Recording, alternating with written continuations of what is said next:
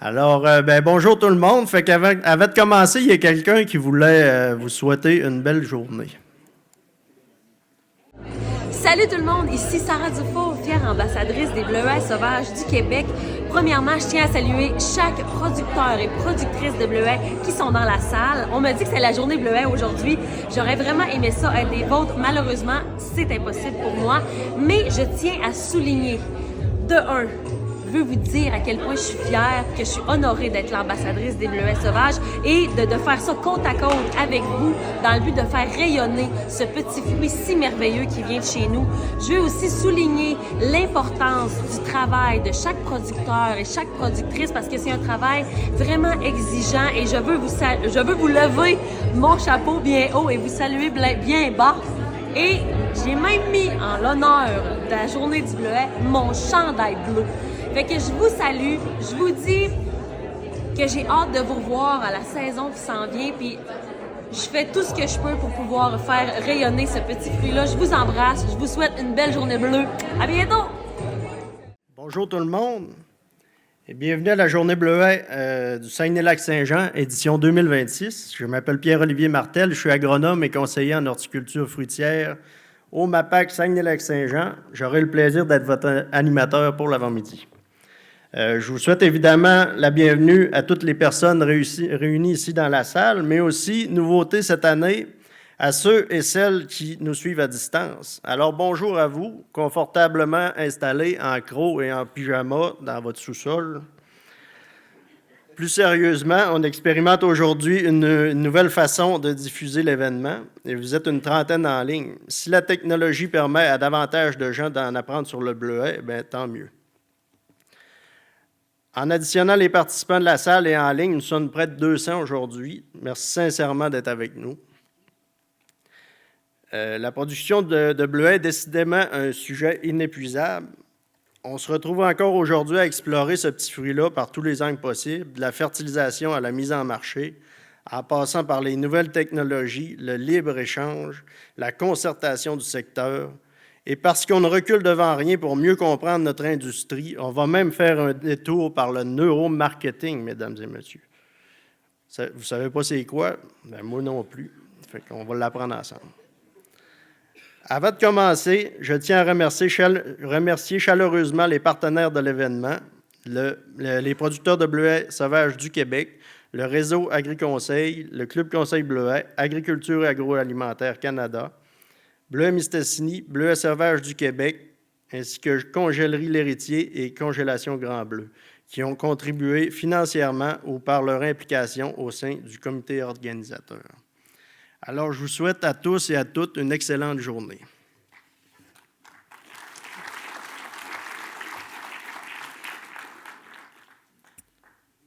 Puisqu'il faut bien un volontaire pour casser la glace, je vais y aller avec la première présentation. Alors, allons-y avec le bilan de la dernière saison et les sujets d'actualité.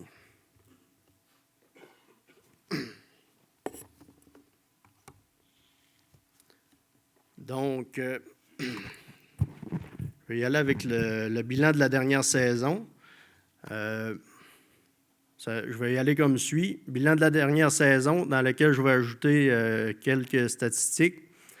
Ensuite de ça, on va, au niveau des actualités, je fais un petit spécial phytoprotection. On va parler de mouche du bleuet et de la drosophile à aile tachetée. Pour commencer, en guise d'introduction, c'est là que, en fait, la grande majorité des bleuets se font au Québec. On parle à l'ouest du lac Saint-Jean, et à l'ouest et au nord du lac Saint-Jean, au nord du Saguenay, sur les plateaux sableux dans ce secteur-là. Et puis, il y en a aussi une bonne partie sur la Côte-Nord. Mon curseur. Sur la Côte-Nord, le long du fleuve, là, un peu à l'écart, sur les plateaux forestiers, principalement dans la Basse-Côte-Nord et puis un peu en Moyenne-Côte-Nord. Au niveau du bilan de la dernière saison. La neige a été tardive dans certains secteurs l'an dernier Et puis, ça a pris du temps avant que les pieds de bleuets soient bien protégés. Fait qu'il y a eu des dommages sur quand même des superficies relativement grandes, là. On a vu de la brûlure du rameau au printemps, puis gel de bourgeons aussi qui a été observé.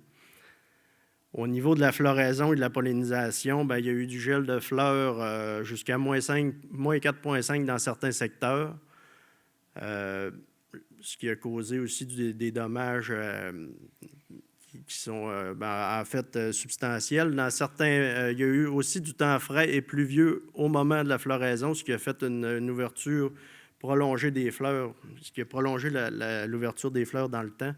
Et puis, ça a amené un mûrissement des fruits qui était inégaux, plus de fruits immatures au début de la récolte.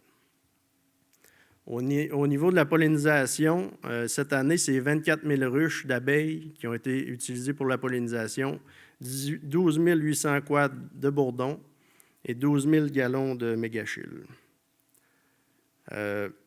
Si on regarde ça pour les ruches d'abeilles louées, j'ai sorti les stats de 2016 à 2025.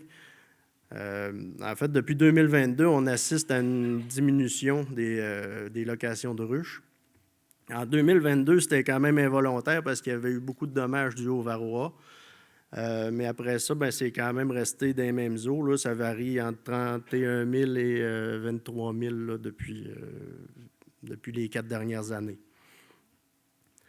La diminution des locations de ruches d'abeilles, ben, ça bénéficie aux vendeurs de quads de bourdon, disons. On a battu un record au niveau des quads cette année avec 12 800 quads qui ont été utilisés pour la pollinisation des bleuetières. Quand même, je trouve ça intéressant de faire le cumul. Là. Si on y va sans créer de polémique, j'y vais avec, je compte la même force pollinisatrice pour une ruche d'abeilles puis un quad de bourdon et un gallon de mégachile. On voit quand même une certaine stabilité au niveau des pollinisateurs commerciaux en général, là, autour de, disons, 50 000 unités pollinisatrices, disons. Puisqu'il faut de l'eau pour faire des bleuets, bien, on va en parler un peu. Cette année, la pluie était assez abondante. De mai à juillet, les précipitations étaient légèrement supérieures à la moyenne. En août, par contre, ça s'est corsé au début août avec des températures qui étaient très chaudes et des précipitations qui sont devenues très rares. On a eu une canicule au mois d'août. En septembre, il y a eu très peu de pluie, c'était sec, puis en octobre aussi. En octobre, il y a eu de la pluie. Là, j'ai les stats jusqu'au 27 octobre, là, mais la pluie est arrivée après ça. Il y a eu 3 jours de pluie consécutifs du 27 au 31.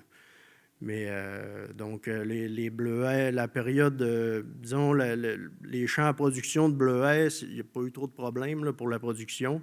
Par contre, on peut se demander qu'est-ce qui va arriver pour la végétation, puisque la sécheresse est arrivée au moment de l'ahoutement, au moment où les bourgeons se forment.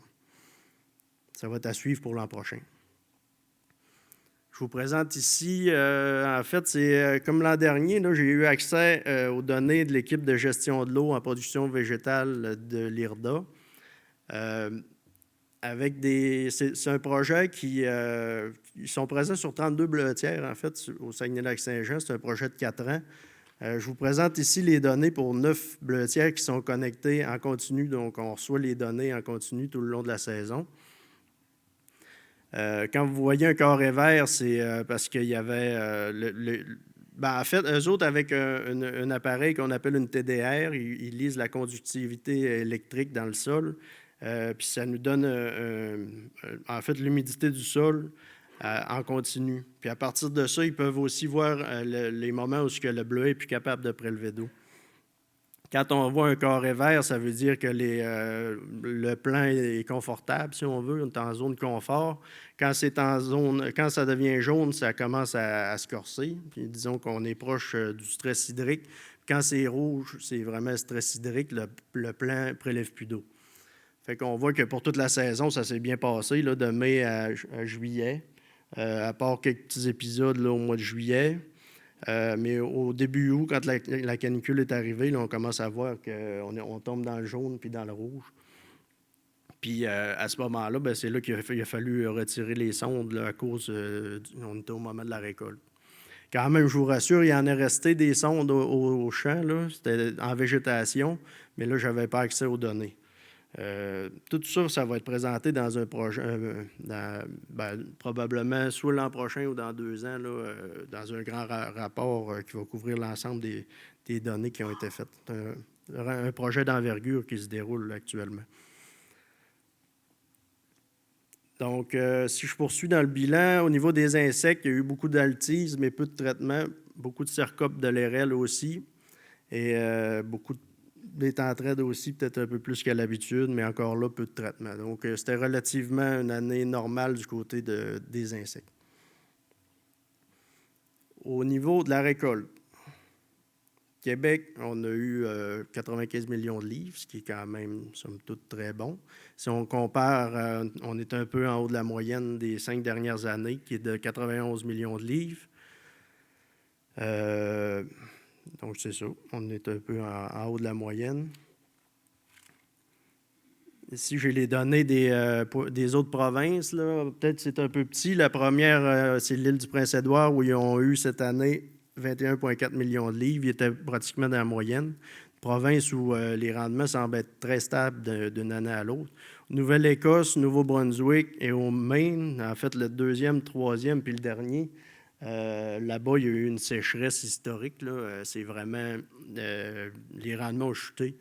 Puis ils se retrouvent avec des récoltes beaucoup plus petites que la moyenne. 20 millions de livres pour la Nouvelle-Écosse, 25 millions pour le Nouveau-Brunswick, puis 54 millions de livres pour le Maine. Donc, c'est ça. Je vous avais parlé d'un petit spécial phytoprotection. Donc, je vais vous parler de la mouche du bleuet. Je pense que c'est important. Encore cette année, on avait le réseau de surveillance était en place là, sur 32 sites qui sont répartis sur l'ensemble du territoire dans les municipalités productrices de bleuets.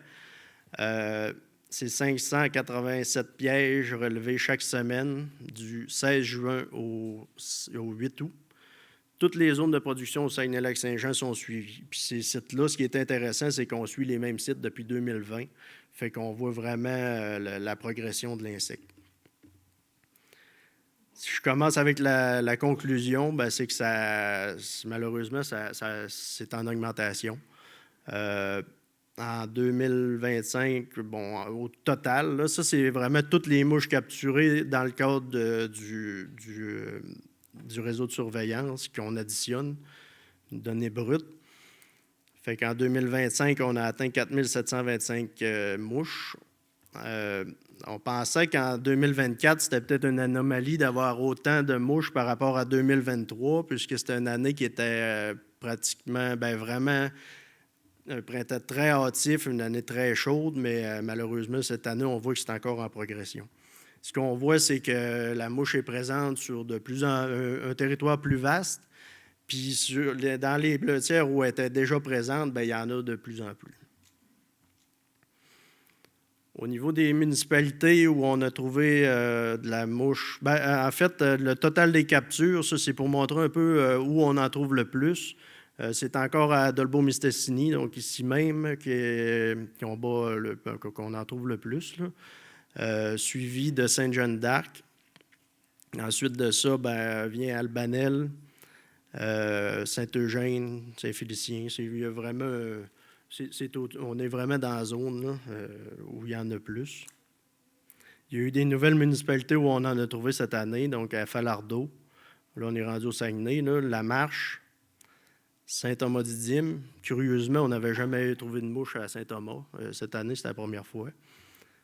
Et à Chipcha. Donc, c'est ça.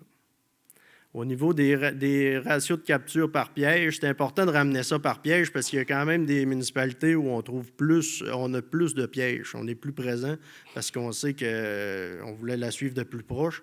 Mais au niveau des ratios de mouches par piège, c'est à Sainte-Jeanne-d'Arc où on a atteint un plus haut ratio à 8 mouches en moyenne par piège. Et ensuite de ça, c'était à Dolbeau-Mistassini à 4 mouches. Vient ensuite à Normandin-Albanel, là, c'est à peu près égal, là, autour d'une mouche par piège. Bon, les captures par semaine, peut-être pas si important, mais c'est pour dire que c'est vraiment à partir de la 2e de juillet jusqu'à 2e, 3e de juillet, c'est vraiment là qu'on atteint les pics de capture. Puis c'est pas mal là que les traitements doivent se faire aussi. Donc, les actions à prévoir concernant la mouche du bleuet. Cette année, c'est la fin des activités du réseau de surveillance, celui qu'on avait depuis 2020. Là, on va l'orienter ailleurs. La mouche du bleuet doit faire partie d'une régie normale des entreprises. Ça va être important que tout le monde se dépiste. Ça devient nécessaire. Le dépistage est recommandé sur l'ensemble des bleuetières de la région, avec suivi agronomique, c'est important. Puis des interventions lorsque nécessaire. Donc, lorsqu'il y a une recommandation, c'est important de faire les traitements. C'est nécessaire d'agir, il en va de la réputation de toute l'industrie. Puis là, j'ai mis, parce qu'on parle de mouche, là, mais en fin de compte, c'est ça qu'on ne veut pas. Là, c'est parce que la mouche, elle vient pondre d'un bleuet, puis ça fait des larves, puis c'est celles-là qui font que le bleuet n'est pas commercialisable. Donc, c'est ça. C'était mon éditorial. C'est important d'agir. Une autre mouche, celle-là, la Drosophile à L-tacheté. J'en ai parlé quelques fois ici à Journée Bleuet. Donc, c'est une belle mouche, là, quand même, quand on la regarde. Des petits airs attachants. Mais il ne faut pas se laisser avoir, c'est un insecte qui est redoutable. C'est une espèce envahissante, elle nous vient d'Asie. La première mention en Amérique du Nord, c'était en Californie en 2008, puis dès 2012, il y en avait au Saguenay-Lac-Saint-Jean. En fait, c'est pas surprenant parce qu'on importe beaucoup de fruits de la Californie, donc c'est probablement comme ça qu'elle est arrivée. C'est ce qui a permis de prendre l'expansion aussi vite en Amérique du Nord. La problématique, c'est sûr. C'est une mouche à fruits, disons, version améliorée. C'est ce qui fait qu'elle est différente ou qu'elle est plus. Qu'elle peut être dévastatrice, en fait, pour les champs, c'est qu'elle a un ovipositeur denté qui permet de percer la pelure des fruits puis d'aller pondre dans des fruits sains. Une drosophile commune, celle qu'on trouve dans les maisons, là, quand il y a des fruits qui sont un peu trop mûrs sur le comptoir, il faut vraiment que le fruit il commence à être pourri pour qu'elle puisse aller pondre à l'intérieur. Celle-là, c'est pas comme ça, elle est capable d'aller dans des fruits qui sont sains. Donc, une autre caractéristique qui la rend redoutable, c'est qu'elle a une très haute fécondité. Une femelle peut pondre jusqu'à 300 œufs. Puis le cycle de vie de l'œuf à l'adulte est très court, donc on parle de 21 jours. Puis évidemment, comme la majorité des espèces qui sont exotiques, elle a peu d'ennemis naturels sous nos conditions. Donc si on regarde ça là, au niveau du cycle de vie, entre le moment de la ponte, on voit, je ne sais pas si il n'y a pas de pointeur. On voit l'adulte qui est en train de pondre en haut. Donc, à partir de l'œuf se transforme en larve, la larve se transforme en pupe, la pupe se transforme en adulte, il se passe 21 jours. C'est extrêmement rapide. Cet adulte-là est prêt à pondre des nouveaux œufs et à recommencer un nouveau cycle. Donc, pour imaginer un peu à quel point ça va vite, si on y va, là, au niveau, on part de la génération 0 avec la femelle 1. Au bout de 21 jours, cette femelle-là va avoir pondu 300 œufs, donc engendré 150 femelles qui à leur tour vont engendrer chacune 150 femelles. Donc au jour 42, on est rendu à 22 500 femelles. Troisième génération, chacune de ces 22 500 femelles engendre 150 autres femelles, donc, et ainsi de suite, de sorte qu'à la cinquième génération, théoriquement, en 105 jours, on pourrait avoir 75 937 000 lions, 500 000 femelles. Donc, tout ça, c'est de la théorie, c'est des mathématiques. C'est sûr qu'ils ne survivent pas toutes, mais quand même, ça démontre à quel point cet insecte-là est prolifique, puis il se reproduit rapidement. Au niveau, donc, la drosophile à LTHT, si vous en parlez aux producteurs de fraises, de framboises, de bleuets en corymbe au Québec, tout le monde la connaît. C'est un insecte qui est venu vraiment changer la donne pour les producteurs. Ça peut causer des pertes qui peuvent aller jusqu'à 80 entre autres, dans les framboises. Même ici, au Saguenay-Lac-Saint-Jean, c'est rendu vraiment difficile de trouver des framboises qui ne sont pas infestées à partir du début août. Donc, c'est aussi un insecte qui cause beaucoup de dommages aux mines puis dans les maritimes. Donc, là-bas, il y a des traitements qui sont faits régulièrement contre la drosophile. C'est considéré comme l'insecte le plus dommageable pour les petits fruits cultivés en Europe puis en Amérique du Nord. Pour chez nous, heureusement, là maintenant, c'est le temps de toucher du bois. Je ne sais pas si vous en avez, ça va quand même assez bien. On n'a pas de signe flagrant qui nous dit qu'on a des pertes aussi importantes que ce qui se fait aux mines ou dans les maritimes.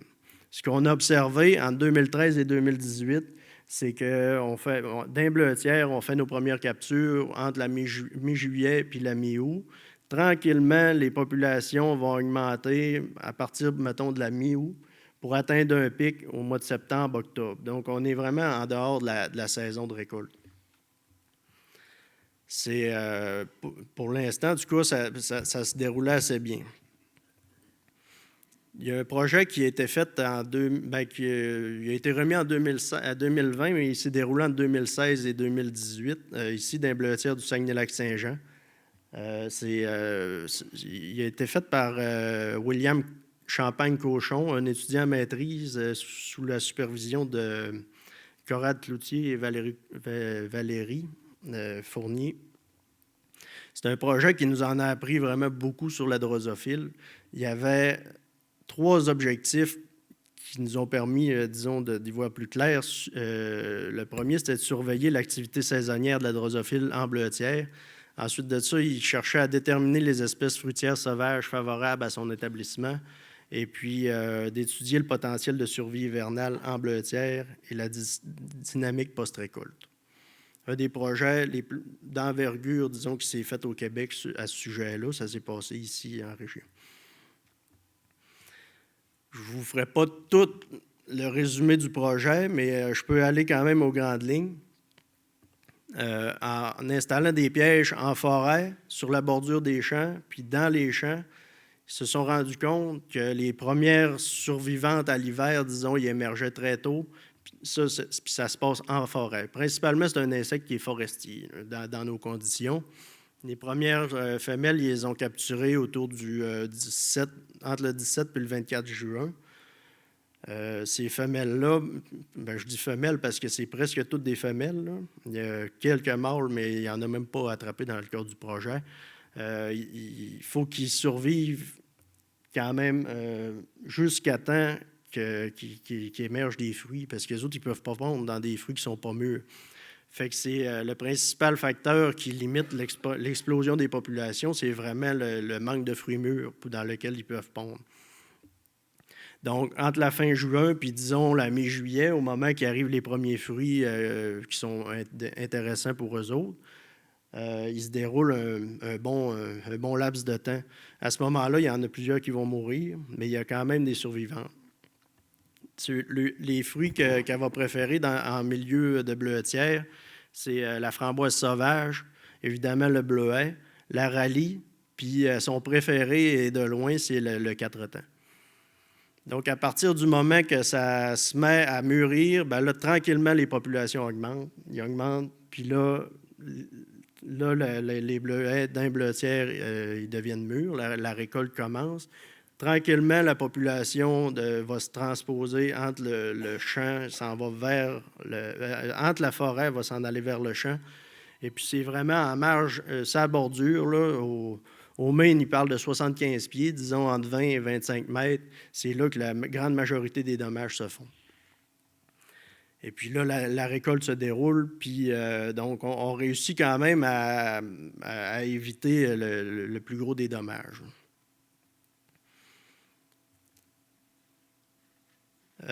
Au Maine, ils ont...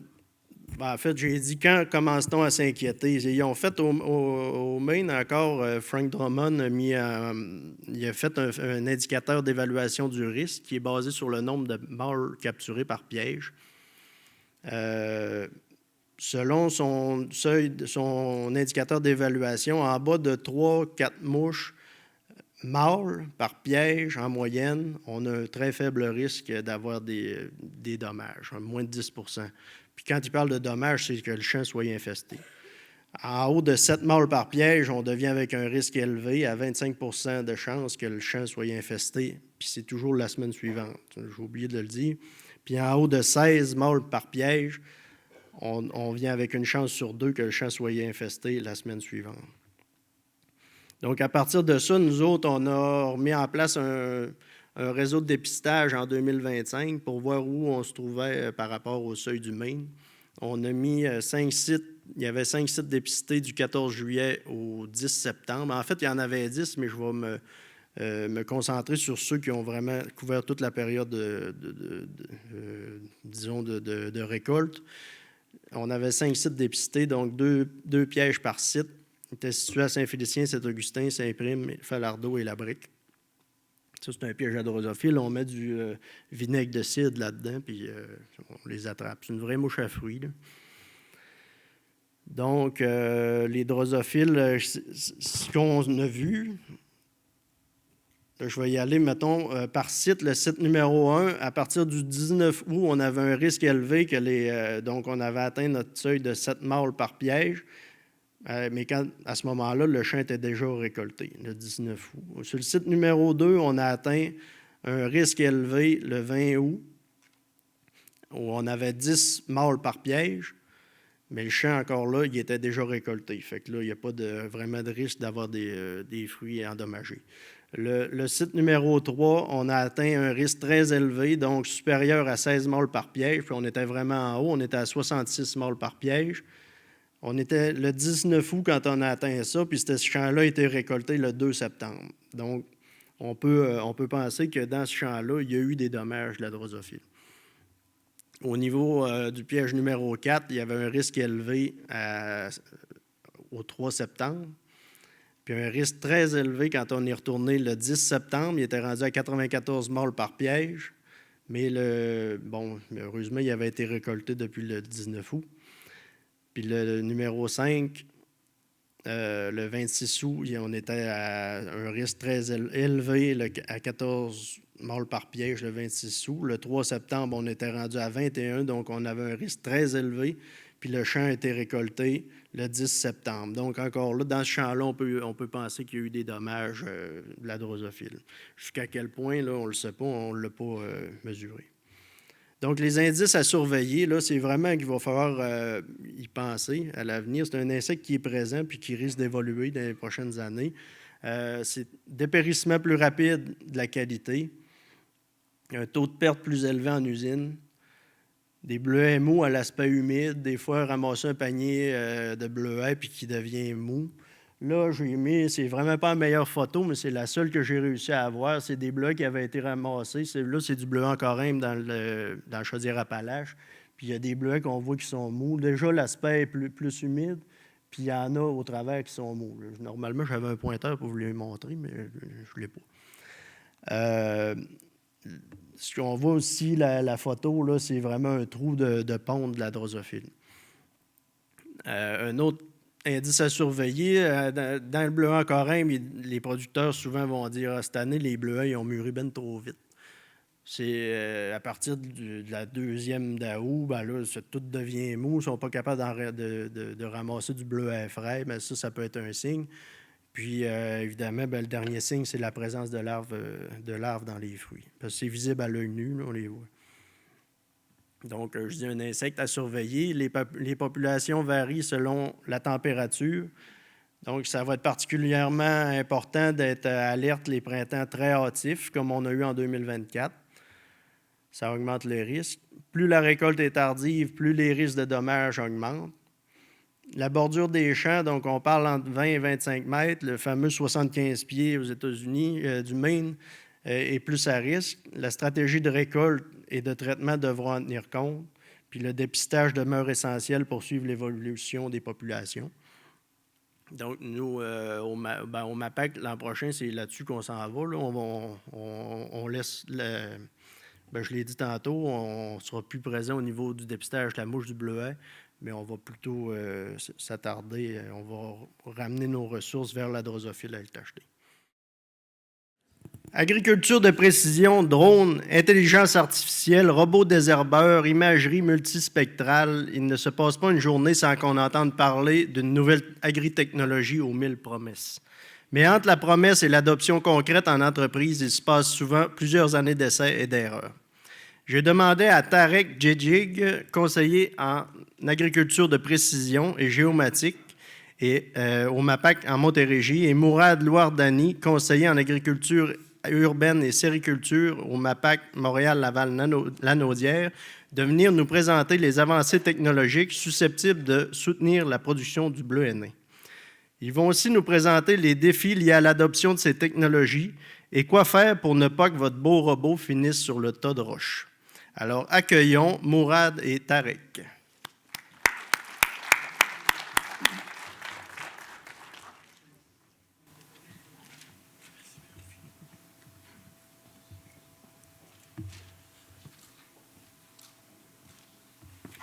Il suffit de cliquer pour passer.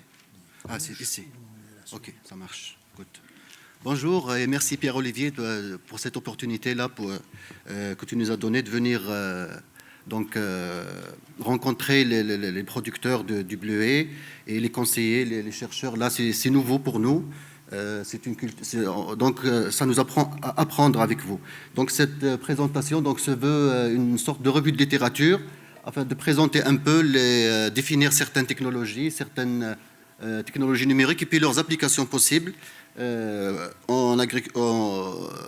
ici dans le contexte du bleuet, de la production du bleuet nain. Donc voici le plan un peu. Donc on parlera un peu du contexte général, les contraintes, donc quelques chiffres là que vous connaissez certainement, mieux que moi d'ailleurs.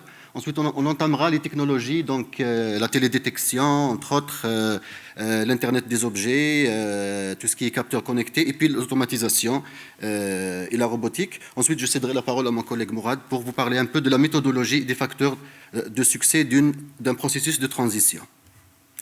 Donc voilà, donc ça c'est des données que certainement que vous connaissez beaucoup mieux que moi, mais qui reflètent un peu l'importance de cette filière au Canada et au Québec particulièrement. C'est des statistiques qui datent de 2023, Statistique Canada. Donc le chiffre est vraiment important, il parle plus de 60 000 hectares et puis dont la moitié est présente ici. Dans cette diapo, on peut voir aussi clairement que 50% de la production est au Québec. Mais ce que j'ai trouvé un petit paradoxe, peut-être que j'aurai la réponse tout à l'heure, c'est ici, au Nouveau-Brunswick, bien que le rendement donc, linéaire est beaucoup plus important au Québec, mais on voit ici une légère hausse là au Nouveau-Brunswick. Ils sont pour 18% donc de la production, mais ils contribuent avec 25% de tonnes métriques. Donc j'espère que j'aurai la réponse. Il y a des facteurs certainement qui influencent ce petit paradoxe-là. Cette figure-là, elle montre un peu la répartition des charges en général, un document émanant du CRAC. On voit que près de 50% des charges sont en relation avec la fertilisation et les pesticides, et puis la récolte. Ça, c'est important. Ça nous donne des repères, c'est-à-dire sur les principaux axes là, sur lesquels on va diriger notre processus de conversion, d'adoption des agrotechnologies. Les facteurs limitants que vous connaissez certainement mieux que moi, donc nous avons la pollinisation. D'ailleurs, la pollinisation, je pense qu'on est des leaders en pollinisation par rapport aux autres zones, régions productrices. Et les températures extrêmes, tout à l'heure les collègues en ont parlé, les maladies, les insectes, les mauvaises herbes. Et bien évidemment, il y a des facteurs techniques aussi. J'ai essayé un peu de faire une petite comparaison entre les grandes cultures et les bleuets sauvages. Pourquoi? Parce que les grandes cultures viennent en première position en matière de production, en matière d'adoption des agrotechnologies, particulièrement de l'agriculture de précision. C'est-à-dire ils emploient beaucoup de téléguidage, d'autoguidage, GPS, d'applications à taux variables. Et ils sont un peu avancés, puis ils commencent à adopter le drone sérieusement. Ils sont en première position. Pourquoi est-ce que le secteur du bleuet sauvage ne ferait pas la même chose? Pourtant, il y a beaucoup de similitudes. Et il y a des avantages, des inconvénients. Par exemple, la valeur ajoutée du bleuet est supérieure aux grandes cultures. Nous avons aussi des inconvénients, par exemple l'irrigation.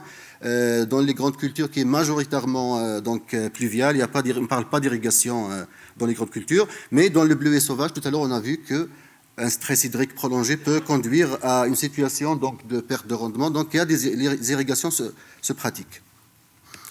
Cette image montre la diversité un peu, donc l'espacement des superficies, ce qui rend le bleuet sauvage un terrain très fertile pour l'agriculture de précision. Ah, justement, j'avais oublié ça. Donc, selon un rapport de la CCF, 81% des exploitations de plus de 5000 acres emploient les technologies d'agriculture de précision.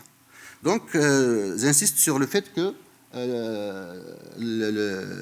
c'est un terrain très fertile pour l'adoption de l'agriculture de précision. Ça schématise un peu le découpage un peu des agritechnologies. C'est une vision un peu modifié là, mais je vais m'attarder beaucoup plus sur les deux premières fractions. Donc l'agriculture numérique qui va inclure l'agriculture de précision, l'Internet des objets, les capteurs connectés, les drones, etc.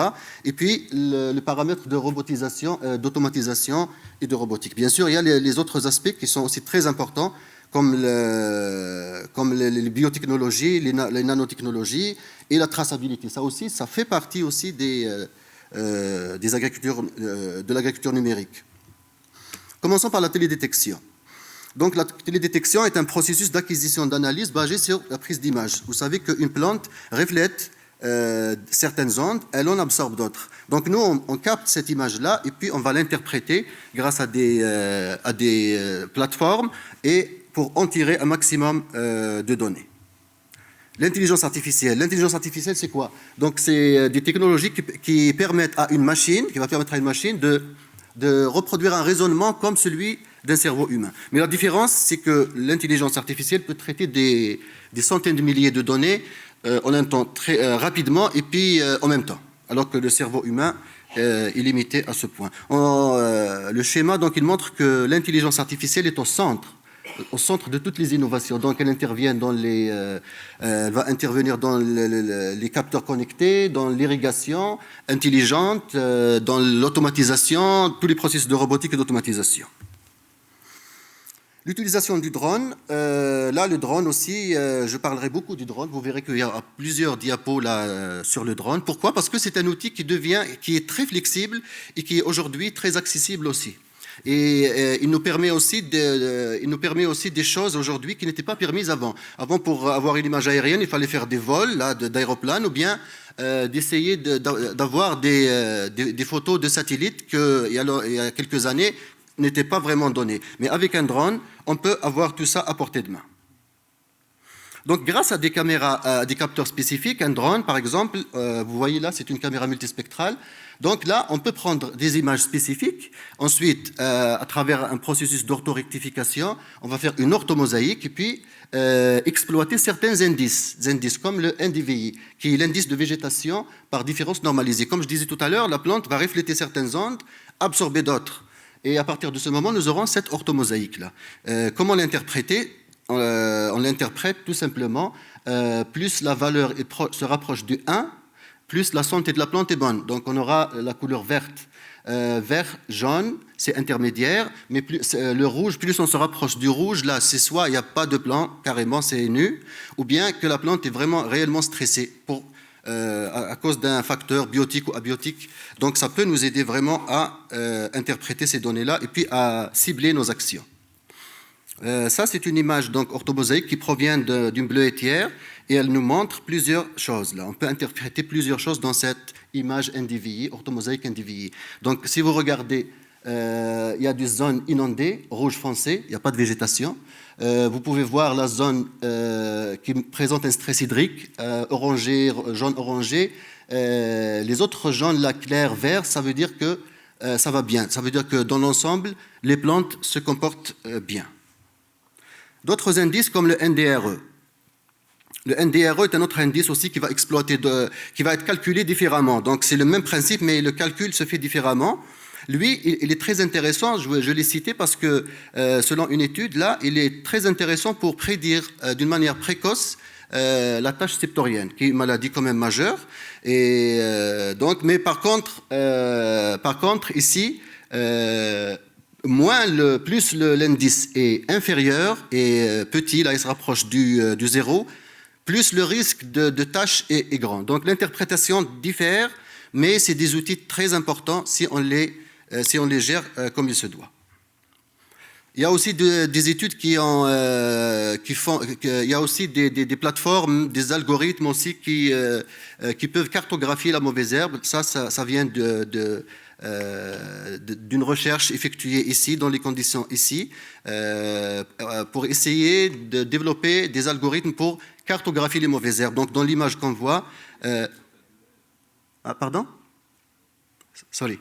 Alors là, l'image de droite, c'est l'image qui va permettre donc, à l'algorithme d'identifier un peu les mauvaises herbes. Donc en jaune, c'est Calmia, des petits spots vraiment insignifiants. En bleu, vous les voyez sur la gauche de Cantoni. Sinon, en rouge, c'est du bleuet. Et en noir, c'est rien du tout, c'est du sol.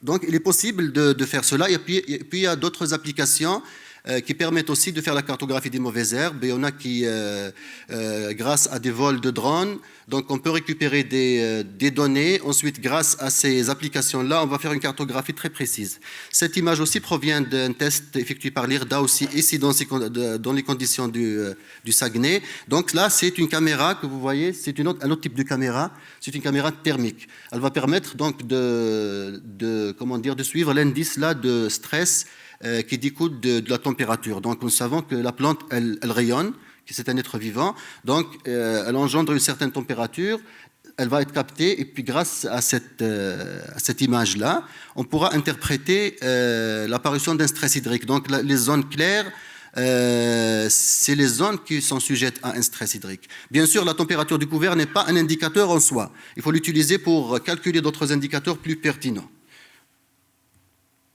Des applications aussi sont disponibles qui utilisent le satellite, comme celle-ci. C'est une application partiellement gratuite. Donc, je pense qu'ils offrent des abonnements, mais elle est gratuite. L'accès aux images satellites est gratuit. Donc, il peut vous permettre aussi de faire de la prévision météorologique, suivi de l'humidité du sol, de la cartographie et pas mal d'autres applications. Si on revient maintenant à d'autres types d'utilisation du drone, bien sûr, le drone, il est toujours présent parce que le drone, c'est la base, c'est le drone qu'on utilise pour explorer et capturer ces images-là. Les applications à taux variable, on en a parlé tout à l'heure dans la dernière présentation. Il est possible de faire de l'application à taux variable, que ce soit par drone ou par machinerie classique. Donc, c'est totalement possible. Et donc, le drone va intervenir dans ce processus donc, à plusieurs reprises. Donc, dans l'acquisition des images, ensuite dans l'application et pour faire un suivi aussi. Donc, il est possible de faire de l'application à taux variable par drone. On passe maintenant aux autres types de technologies, l'Internet des objets et les capteurs connectés. Là, on parle de capteurs, plusieurs types de capteurs qui sont connectés. C'est pour ça qu'on dit Internet des objets. Ils sont interconnectés à une plateforme. C'est pour ça qu'on parle d'Internet des objets. Il faut utiliser justement un réseau Internet. Donc les applications sont vraiment multiples. On peut faire de la modulation de dose, donc le taux variable. On peut faire de la prévision météo, de l'irrigation, du drainage, le drainage aussi, dans d'autres circonstances. Apiculture de précision. Donc aujourd'hui, il y a des applications qui existent grâce à des capteurs qu'on va donc intégrer à la ruche. Ces capteurs-là vont essayer de suivre certains paramètres donc physiologiques des abeilles, et d'autres paramètres aussi comme la température, le niveau sonore, etc. Et puis il peut suivre aussi l'activité de la reine. À partir de ce moment, les données seront transmises à un téléphone, donc c'est un réseau de téléphones, transmises donc à l'application, et puis là on pourra suivre l'activité de ma ruche. Est-ce qu'elle est bonne, est-ce qu'elle n'est pas bonne, et puis intervenir au bon moment pour corriger. C'est très important. Nous savons que la pollinisation est un facteur vraiment limitant comme nous l'avons vu tout à l'heure. Une autre application pour anticiper un gel. Le gel aussi est un facteur limitant pour le bleuet. Le gel hâtif là, en automne, il pourra affecter les fruits. Et puis les gels qui surviennent avant cela peuvent affecter les fleurs. C'est celui-là qui est le plus redoutable. Donc, grâce à des stations connectées, donc stations météo connectées, qui peuvent nous collecter plusieurs données comme l'hygrométrie, la température de l'air, la température du sol, l'humidité relative.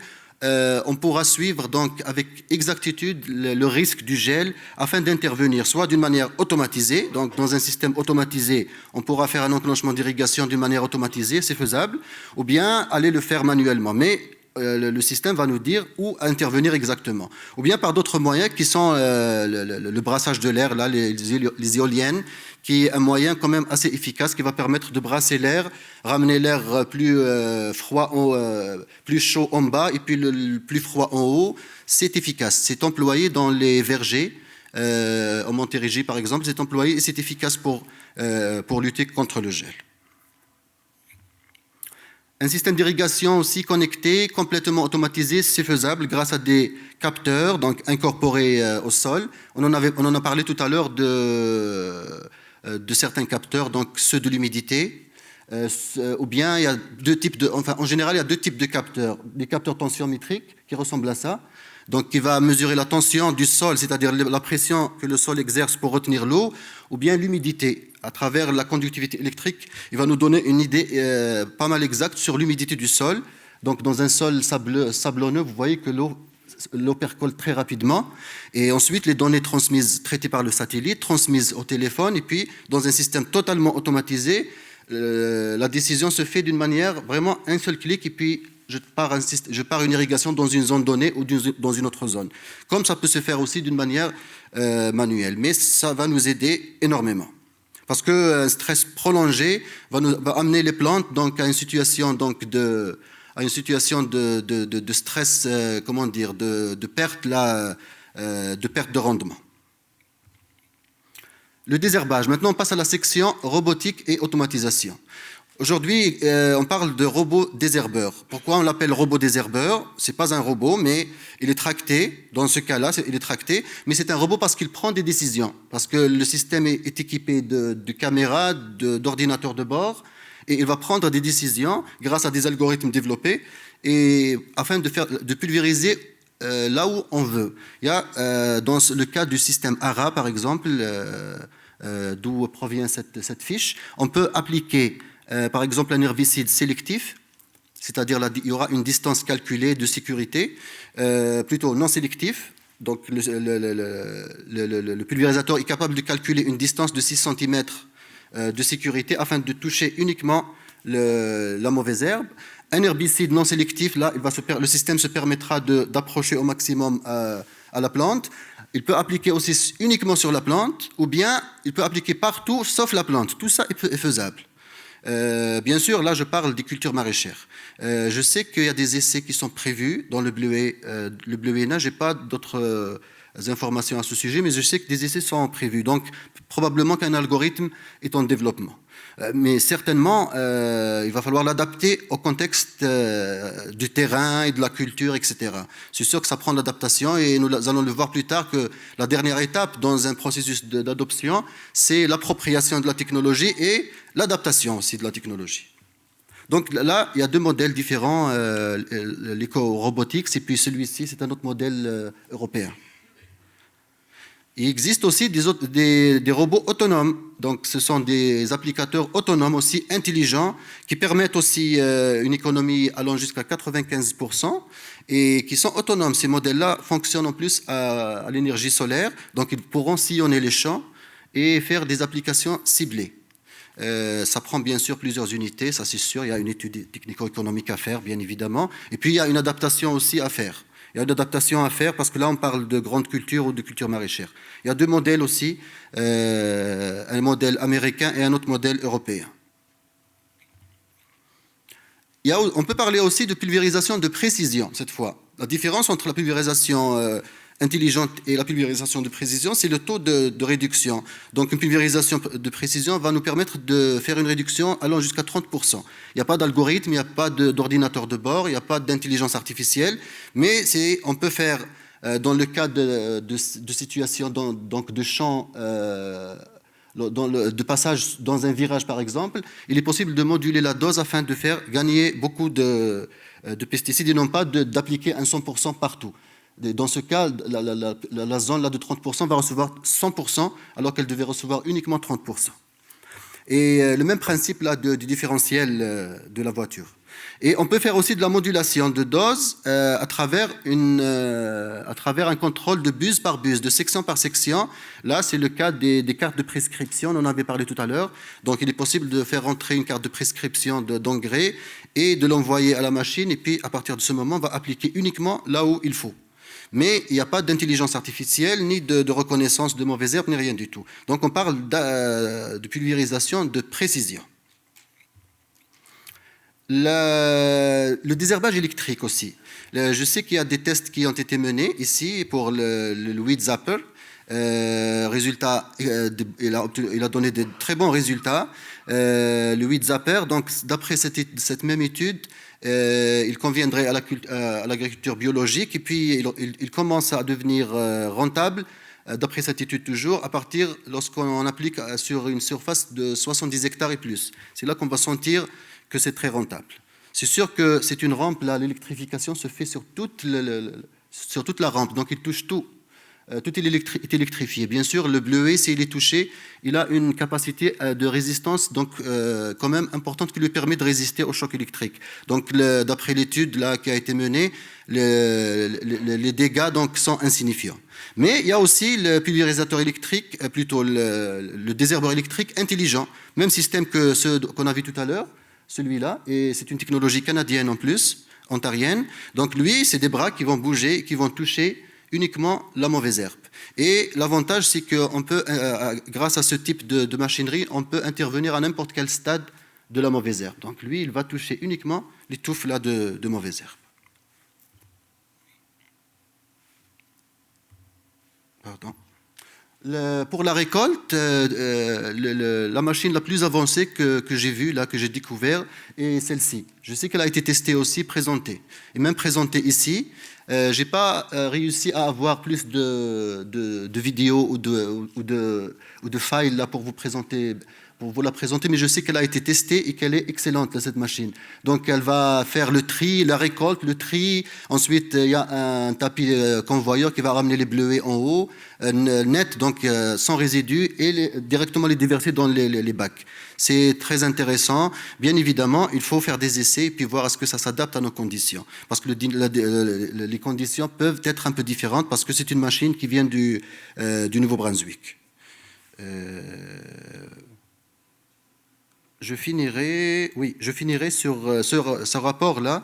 C'est un rapport qui vient du Nouveau-Brunswick aussi. Justement, c'est ce rapport-là qui a testé la machine. Vous pouvez voir dans les références bibliographiques, vous pouvez le retracer, ce rapport. Donc lui, il recommande donc de surveiller les températures. Tout le monde sait que la température est très importante lorsqu'on récolte, mais la température du bleuet, de la baie elle-même, elle est importante. Ils l'ont testé et ils recommandent donc certaines températures donc, afin de garantir une qualité, une bonne qualité de la récolte. Et bien sûr, le drone revient ici avec une caméra, un autre type de caméra, c'est une caméra thermique, un autre type de caméra thermique qui est capable de mesurer donc, le rayonnement de la plante, du plant et des baies. Et puis, exactement, et donc ce rapport, il recommande de surveiller les températures du fruit également. Voilà, donc sur ce, j'ai fini ma partie et je cède la parole à mon collègue Mourad pour vous parler d'un peu de méthodologie et de facteurs de succès. Merci Tarek. Bonjour à toutes et à tous. Sincèrement, je suis vraiment heureux d'être parmi vous aujourd'hui pour parler d'un sujet tout autant stratégique que passionnant, mais aussi parce que je l'avoue qu'on adore le bleuet chez nous à la maison. C'est peut-être pas l'argument le plus scientifique là pour vous convaincre de l'intérêt des agritechnologies, mais c'est un contexte, c'est un excellent motivant là pour faire 7 heures de route pour venir ici sur l'invitation de Pierre-Olivier. Mais plus sincèrement, plus sérieusement, c'est ça que si on aime le bleuet, c'est qu'on aime le travail des producteurs qui sont derrière.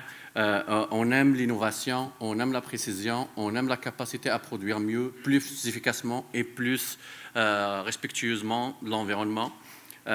Mais aujourd'hui, c'est inévitablement, si on veut continuer à produire des bleuets, ça passe par les technologies.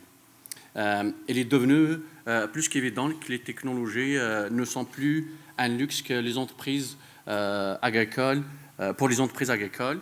Elles sont un levier de compétitivité et parfois même de survie pour les entreprises. Il s'agit aussi, qu'il s'agisse de capteurs, de données en temps réel, d'automatisation, d'outils d'aide à la décision. C'est toutes des technologies qui peuvent venir contribuer à la survie des entreprises puis à leur compétitivité. Mais investir dans les agritechnologies ne suffit pas. Encore faut-il choisir les bonnes solutions et surtout les utiliser à plein potentiel. Comme Pierre-Olivier l'avait souligné, on n'achète pas un équipement pour le mettre sur la roche. On n'achète pas un équipement à coût de milliers de dollars pour l'utiliser à 30% de son potentiel. Il faudrait quand même aller chercher le plein potentiel. C'est pourquoi, dans ma présentation, je vais essayer de vous présenter un peu le schéma théorique, là, mais on va en parler plus en détail. C'est la meilleure façon d'aller adopter une agritechnologie. Parce qu'au fond, l'objectif, comme je vous l'ai dit, n'est pas seulement d'avoir une technologie, mais aussi de l'avoir à l'utiliser à plein potentiel. C'est ça. Mais si vous posez la question, dans ma présentation, Pierre-Olivier avait dit que je suis conseiller en agriculture en environnement contrôlé. Donc, si vous vous dites pourquoi lui est ici, sachez que je suis aussi conseiller en innovation. Donc, c'est pour cette raison-là que je suis ici aujourd'hui. Plus concrètement, donc, la méthodologie là, qui est très, très axée sur le concret pour la réussite d'une adoption d'une agritechnologie, elle se base sur 3 axes principaux qui vont éventuellement être cheminés dans l'ordre qui sont présentés. Toutefois, certaines étapes, on peut les faire en même temps ou les passer l'une avant l'autre. Mais sachez qu'idéalement, c'est que ça se passe dans l'ordre qu'elles sont présentées. Donc, on a l'analyse des besoins, la recherche et la sélection de la technologie, la formation, l'accompagnement, éventuellement, si vous êtes en mesure d'avoir une phase pilote pour tester la technologie à une petite échelle, puis par la suite l'adopter progressivement, ça va être idéal. Sinon, par la suite, soit un déploiement, si on est dans une logique d'un équipement qu'on achète puis qu'on le déploie. Sinon, si on était passé par une phase pilote, ça va être une adoption, un déploiement progressif de la technologie. Par la suite, on finit avec l'évaluation continue. Ça, c'est toujours une étape qui est sous-estimée dans les démarches d'adoption de technologie parce qu'une fois que le producteur a acquis sa technologie, il l'utilise, soit il est content, soit il ne l'est pas. Puis jamais, très rarement, que les producteurs ils vont se dire « OK, moi, quand je suis allé chercher cette technologie-là, je me suis fixé un objectif. Je peux-tu prendre un petit moment là, pour voir est-ce que ça a marché? J'ai-tu atteint l'augmentation des rendements? J'ai pu réduire les pertes à la récolte? Est-ce que j'ai pu faire ça, les objectifs que je me suis fixés au départ? Donc, c'est vraiment là quand même une étape qu'il ne faut pas négliger non plus. C'est ça, je vais aller un peu plus en détail pour chaque étape. Donc, l'analyse des besoins, ça passe par l'identification des problématiques et des priorités. C'est ça que sur une ferme, on peut avoir 5 problématiques à régler, mais sûrement, on n'a pas éventuellement toutes les finances, tout l'argent pour mettre tout au même temps. Donc, ce que ça prend identifier les problématiques pour lesquelles je dois répondre pour une agritechnologie, puis les prioriser pour pouvoir aller graduellement acheter celles qui sont le plus prioritaires pour moi. Évidemment, on peut prendre l'exemple, comme je vous l'ai dit, là, la main-d'œuvre, Tarek avait souligné tantôt que 50% des dépenses vont dans les dépenses en lien avec la récolte, la main-d'œuvre et tout. Donc, si on peut aller avec l'identification des problématiques comme la main-d'œuvre, les pertes, les coûts d'opération. Donc, c'est comme ça qu'il faudrait qu'on fasse pour procéder à la priorisation. Par la suite, c'est d'identifier des objectifs clairs, comme je l'ai mentionné, pour pouvoir par la suite, bien évidemment, évaluer aussi ses capacités techniques et financières. Ici, quand je parle de capacités techniques, des fois, on s'intéresse à une technologie sans pour autant s'intéresser aux conséquences de son acquisition. Si je prends l'exemple du drone, on peut être intéressé par acheter le drone, mais on ne sait pas qu'est-ce qui vient derrière. On pense que c'est juste la somme ou le coût du drone en tant que tel, mais l'acquisition du drone vient avec d'autres responsabilités, avec d'autres coûts, comme par exemple, ça prend une certification pour justement l'utilisation, et la certification vient avec un coût de formation. Donc, ça va être des coûts qui vont s'ajouter à votre équipement. Aussi, si on décide d'aller avec des tracteurs autonomes ou des affaires comme ça prend quand même de la formation aussi. Donc, c'est des coûts qui viennent avec ça. Éventuellement, autre problème technique, si moi-même, comme producteur, je n'ai pas les connaissances, je n'ai pas la formation nécessaire pour le faire, donc, et je n'ai pas d'employé dans ma ferme pour le faire, est-ce que ça me prend un recrutement d'une personne qui peut faire ça? J'ai-tu dans la région une personne qui peut répondre à mon besoin? Dois-je aller le chercher à l'international? Est-ce que je dois aller à Montréal pour chercher une personne pour faire fonctionner ma machine? C'est toutes des choses qu'il faudrait regarder dans la partie 1, analyse des besoins. Bien évidemment, la deuxième partie, ça va être la recherche et la sélection des technologies. Pourquoi la recherche et la sélection? Parce que des fois, on peut aller avec, dans notre exploration, on va trouver juste une seule technologie sur le marché. Mais parfois, on peut trouver plusieurs. Ce qui fait que tous les vendeurs qui vont venir chez vous vendre, ils vont faire en sorte que leur équipement, c'est le meilleur au monde. Qu'ils vont tout faire pour vous convaincre. Mais idéalement, c'est de pouvoir vous-même analyser en fonction de vos besoins, c'est quoi le meilleur équipement qui vous convient. Par la suite, ça je ne vous l'apprendrai pas non plus, là. Je pense que vous êtes des hommes, toutes et tous, des hommes et des femmes d'affaires. Vous savez que le retour sur investissement, ça c'est un élément important, crucial, quand on veut aller acheter un équipement. Donc il ne faudrait pas passer à côté de ça. Il faut faire cette analyse-là. Si vous avez aussi la possibilité d'aller chercher de l'expertise, des conseils d'experts, ça va être parfait. Sinon, si vous êtes tombé sur un équipement qui est déjà adopté chez un voisin, chez un ami, chez un autre producteur d'une autre région, allez chercher son retour d'expérience parce que ces informations-là, un fournisseur, il ne vous les fournirait pas. Jamais il va vous dire, ah, OK, ben, mon équipement est bon, mais peut-être que quand il fait moins 10 degrés, quand il fait 40 degrés, ça ne marcherait pas. Peut-être qu'il y a des choses qui ne marcheraient pas pour le bleuet. Donc, il faut vraiment, si vous avez la possibilité d'aller chercher un retour d'expérience sur un équipement, c'est l'idéal aussi. Sinon, comme aujourd'hui, vous êtes tous ici présents, si vous avez la possibilité d'aller chercher des journées de démonstration, ça va être parfait aussi. Sinon, quand vous allez acquérir un équipement, il faut vraiment demander au fournisseur de vous faire une démonstration pour voir qu'est-ce que ça fait dans votre réalité, cet équipement-là. À la troisième étape, on va vraiment passer, comme je vous l'ai mentionné, la formation et l'accompagnement. Les deux ils vont de même. La formation, ça va être vraiment vous former vous-même à l'utilisation ou un de vos employés. L'accompagnement, quant à lui, il faut toujours s'assurer que le fournisseur peut vous fournir de l'accompagnement, que ce soit à 1 an, 6 mois, une période de transition pour pouvoir maîtriser tout l'outil au complet. Sinon, au moins, dans le cas d'un bris, d'une panne, il faudrait qu'il soit là présent pour vous aider à réparer votre machine.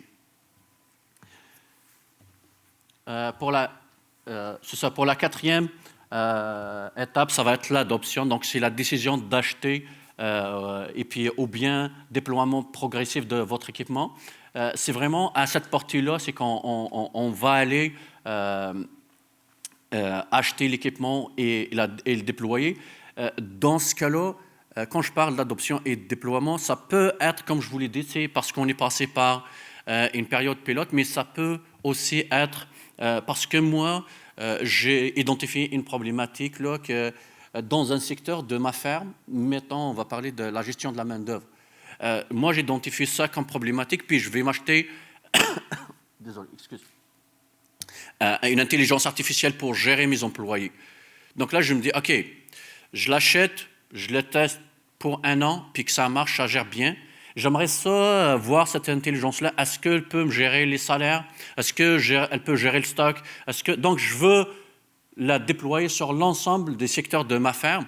Dans ce cas-là, ça prend vraiment un déploiement progressif pour s'assurer que la technologie peut s'adapter aux autres secteurs, puis que les coûts ne viendraient pas nécessairement mettre en péril la situation financière de l'entreprise.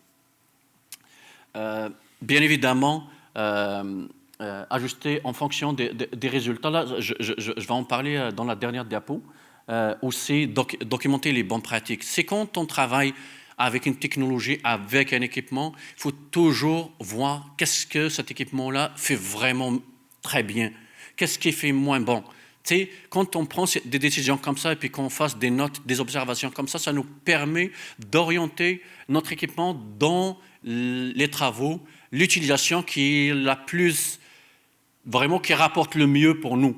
Donc, au lieu de passer du temps sur une tâche qui n'est pas performante là-dedans, je vais me dire, OK, moi, je suis très, très bon dans l'autre tâche, je vais l'affecter à cette tâche-là et l'utilise au maximum et de façon optimale. Et comme ça va être plus rentable pour votre entreprise.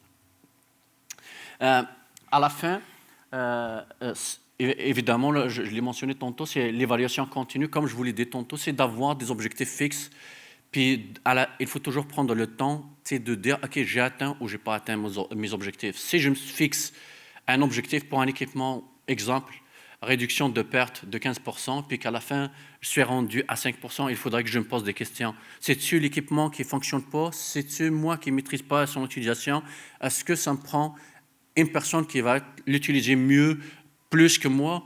Donc, c'est des questions qu'il faut se poser. C'est à ce moment-là qu'il faudrait le faire. Après une période d'utilisation, on va aller chercher un petit bilan, là, et puis on se pose les questions. Au final, adopter une agritechnologie, ça cadre un peu pour chaque entreprise à peu près avec les trois points là que je mentionne ici. L'amélioration de la productivité, ça vient avec une réduction de coûts. Ça permet de devenir plus concurrentiel, augmente la profitabilité des entreprises, mais aussi survivre à la concurrence. Améliorer la qualité permet aussi de fidéliser des clients et acquérir du savoir-faire et de la compétence. Et finalement, faire face aux défis de la main-d'œuvre. Ça, c'est quelque chose que souvent les gens regardent, puis d'un côté, c'est toujours dire, OK, moi, je vais faire face à la pénurie de la main-d'œuvre, mais un point que les gens ne font pas souvent attention, c'est qu'en adoptant des agritechnologies, des technologies de pointe, c'est qu'on permet d'attirer des talents et de les retenir. Parce qu'on offre des emplois de meilleure qualité et de valeur ajoutée. Ça, il faut toujours le garder en tête, puis se dire que le plus qu'on a de meilleures conditions de travail, le plus on attire des employés et le plus qu'on les garde. Voilà, je vous remercie. Pour notre dernière conférence de l'avant-midi, Anna Maria Quiroga, qui est candidate au doctorat en biologie végétale à l'Université Laval, va venir nous présenter le dernier volet du projet Appui Bleu Max, un projet d'envergure sur la pollinisation qui vient tout juste de se terminer. Sa conférence portera sur l'exploration des densités de pollinisateurs et des synergies du paysage dans la production du bleu aîné. On a une présentation à distance cette fois-ci. Bonjour à tout le monde, je m'appelle Anna Maria Quiroga-Arcil, je suis candidate au doctorat sur la direction de Valérie Fournier et Pierre Giovenazzo. Et aujourd'hui, je vais vous présenter une partie des résultats du projet Appui Bleu Max et une partie de mon projet doctoral aussi qui porte sur l'optimisation de la pollinisation des bleuets, l'évaluation de la santé d'abeilles domestiques et des bourdons.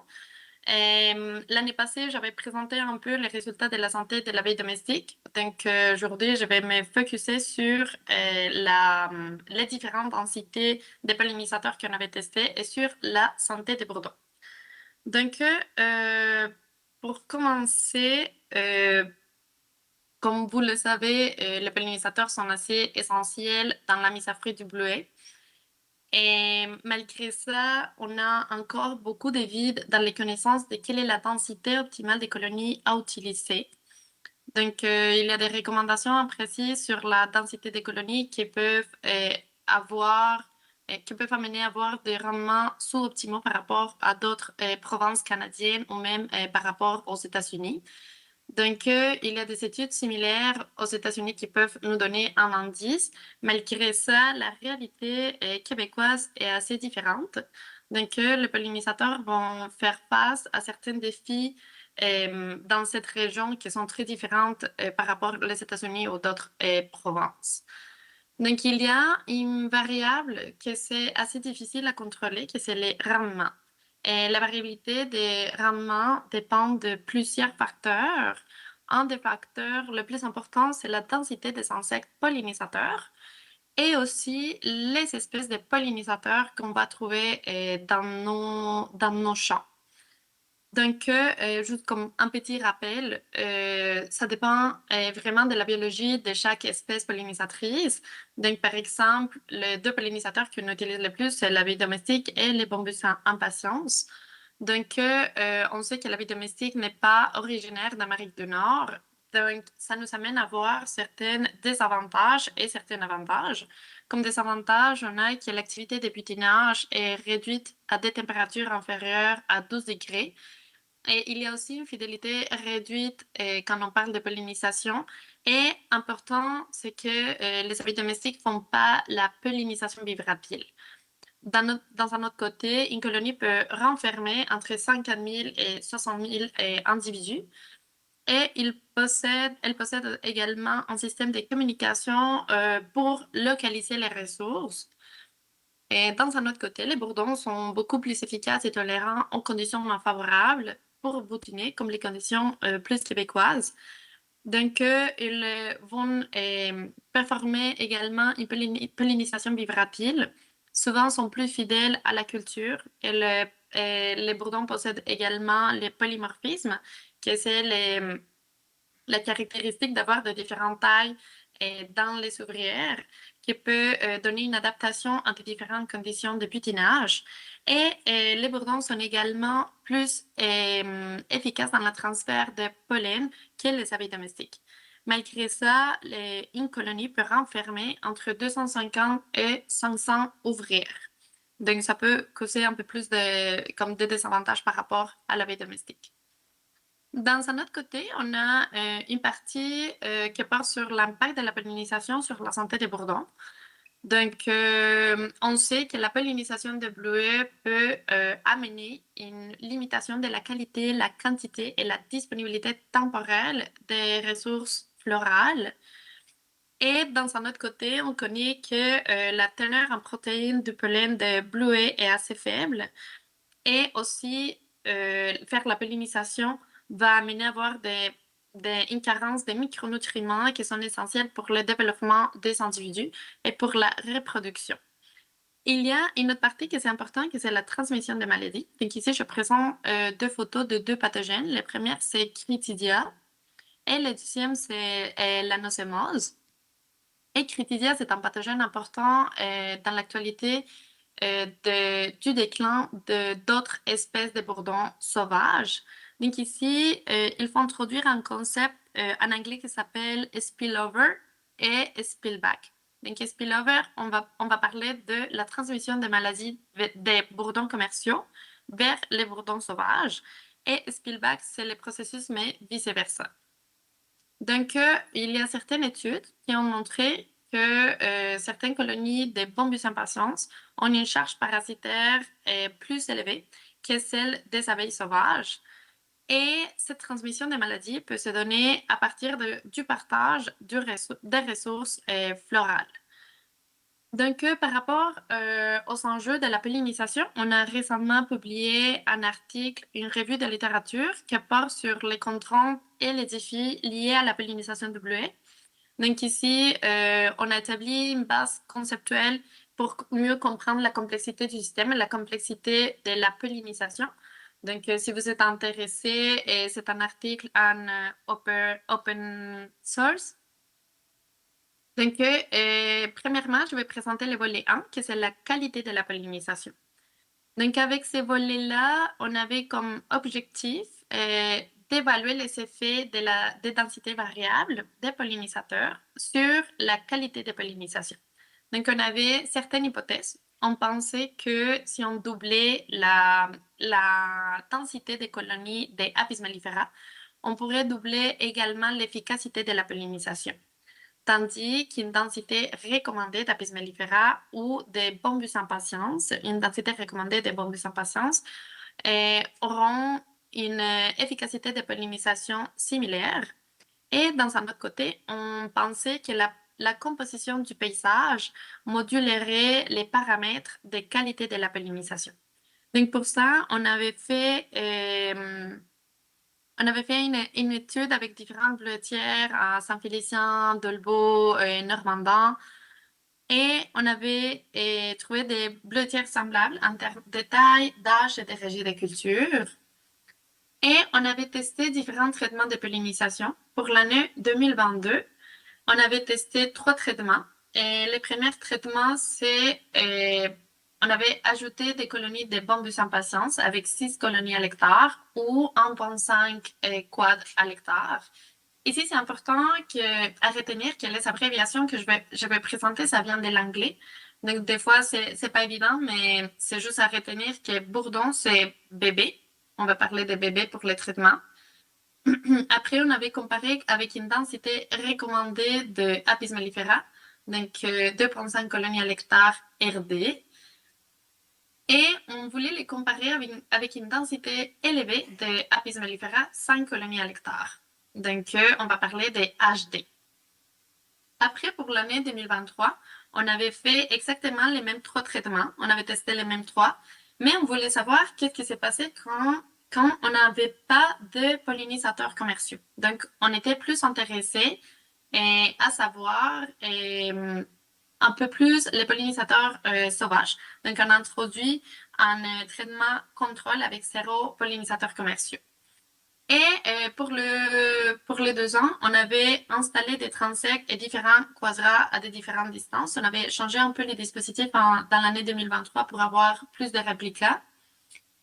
Et toutes les activités de recherche qu'on avait fait dépendaient de la pénologie WE, bien sûr. Donc, lors du développement des boutons floraux, on avait installé des quadras d'un mètre carré.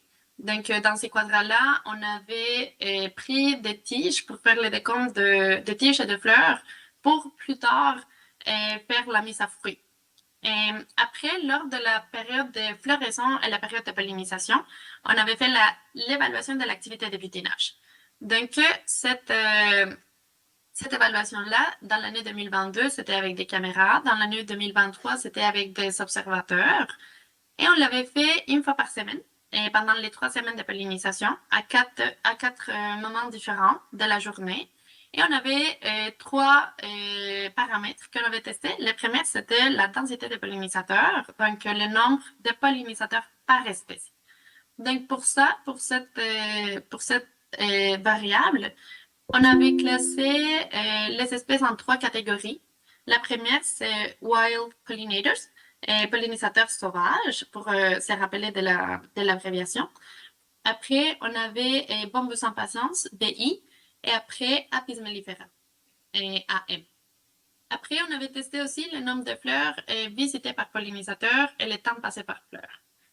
Donc, après, une fois les colonies sont parties, vers la mi-juin, fin juin, on avait le développement du fruit, on avait fait la mise à fruit tout de suite après la période de pollinisation avait fini.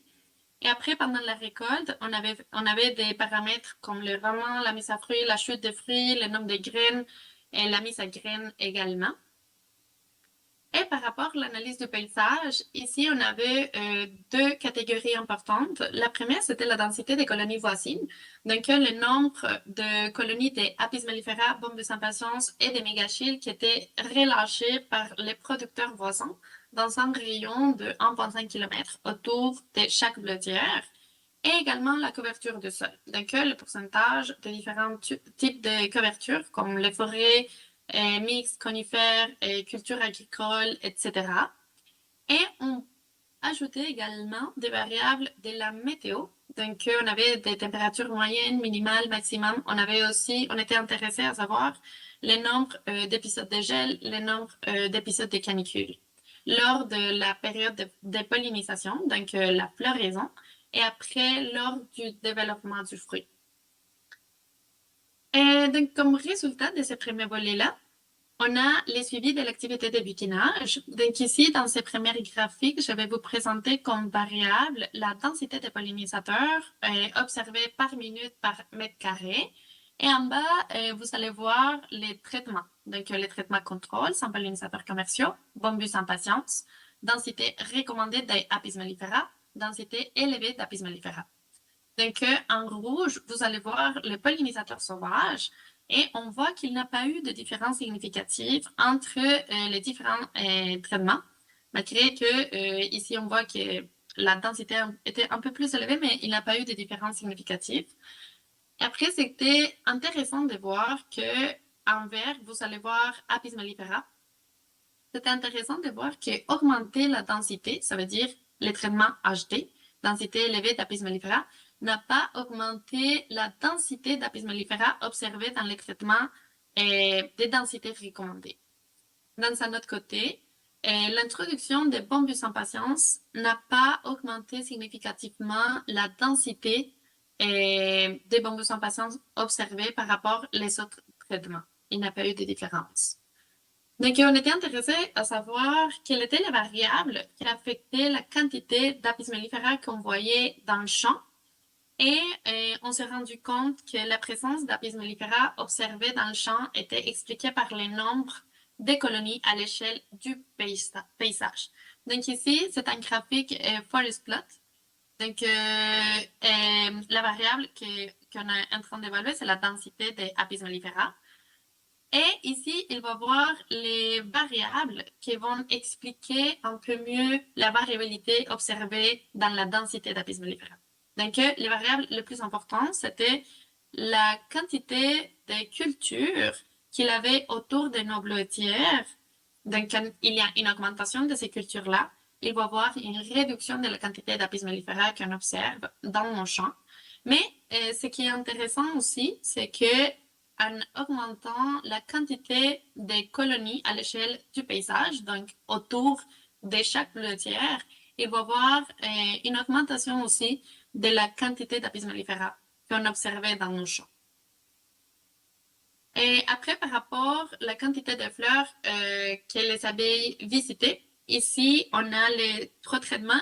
Ici, c'était cette suivi-là, on l'a fait juste pour l'année 2022. Donc, à se rappeler que dans l'année 2022, on n'avait pas de traitement contrôle. Donc, ce qu'on a pu observer ici, c'est qu'une densité plus élevée des Apis mellifera, HD, en bleu, et réduit significativement le nombre de fleurs visitées par minute, tant pour les pollinisateurs sauvages que commerciaux. Donc, ça, c'est intéressant parce que ça peut nous donner un indice de compétition potentielle pour les ressources florales. Donc, après, par rapport aux rendements qu'on a observés, on a les rendements par mètre carré et on a les traitements contrôle, Bombus en patience, densité recommandée d'Apis mellifera et densité élevée. Donc ici, nos résultats n'ont pas montré de différences significatives entre les 4 traitements évalués. Et donc l'augmentation de Apis mellifera à 5 colonies à l'hectare n'a pas amélioré l'efficacité de la pollinisation par rapport à la densité recommandée de 2,5 colonies à l'hectare. Donc finalement, on peut refuser l'hypothèse qu'on avait au début qui augmenter la densité des colonies d'Apis mellifera augmenterait l'efficacité des pollinisations. Et également, on n'a pas observé de différences significatives entre l'introduction des Bombus en patience et une densité recommandée. Donc, mais ce qui est vraiment intéressant, c'est que on n'attendait pas à ne pas voir des différences significatives par rapport aux traitements contrôle. Donc, on peut penser que les pollinisateurs sauvages devaient être étudiés davantage en lumière de ces résultats. Et après, on était intéressé à voir quelles étaient les variables qui affectaient le plus les rendements. Donc, toute la liste des variables que vous allez voir ici, c'est des variables qui vont expliquer la variabilité des rendements qu'on peut trouver. Donc, on voit énormément de variables des paysages, et des paysages par exemple comme la forêt, etc. Et les variables qui sont plus importantes, c'est les variables qui sont en vert. Donc, on va voir la mise à fruit. On va voir la quantité de pollinisateurs sauvages par minute, la quantité de fleurs par tige, les poids d'un fruit et la mise à graines. Donc, ces 5 variables-là, quand il y a une augmentation, par exemple, disons la quantité de pollinisateurs commerciaux par minute, sauvages par minute, donc quand il y a une augmentation de la quantité de pollinisateurs sauvages, on va voir également une augmentation du rendement. Donc, après, par rapport au volet 2 de la santé et des Bombus en patience, on avait comme objectif évaluer l'impact de la pollinisation sur la santé des colonies de Bombus en patience. Et on avait comme hypothèse que la pollinisation WNI aurait un effet négatif sur la santé et la performance des colonies commerciales de Bombus. Aujourd'hui, je vais me centrer surtout sur les volets santé et à cause du temps. Mais pour mieux comprendre les traitements qu'on avait testés pour l'année 2022, on avait pris les mêmes bleutières où on avait rajouté les colonies de Bombus en patience et on avait pris 6 colonies par bleutière. Et ici, on va l'appeler IB pour In Blueberries. Et après, pour l'année 2023, on avait testé exactement les mêmes traitements des colonies à l'intérieur des bleutières, mais on voulait rajouter des traitements contrôle également. Donc, on avait rajouté 3 champs témoins des foins et on avait pris 6 colonies par champ également, donc OB hors bleutière. Et on avait 6 colonies témoins jamais ouvertes, donc à delivery, à la livraison. Et on avait fait l'évaluation au début de la pollinisation et à la fin de la pollinisation, une fois les colonies sont parties, et au début de la pollinisation, c'est tout de suite les colonies sont arrivées. Donc, les mesures de santé des bourdons qu'on avait prises, c'était la détection des maladies à partir des excréments, et la détection des pesticides dans les pollens et les nectars et la performance des colonies. Donc, comme je disais, je vais me centrer surtout sur cette partie-là, et la détection des maladies. Donc, ce qu'on faisait, on prenait les bourdons et on les mettait sur la glace pour ralentir un peu le métabolisme. Et après, on attendait d'avoir des excréments qu'on analysait après dans le laboratoire pour faire un suivi des maladies des Critidia et des Nosema.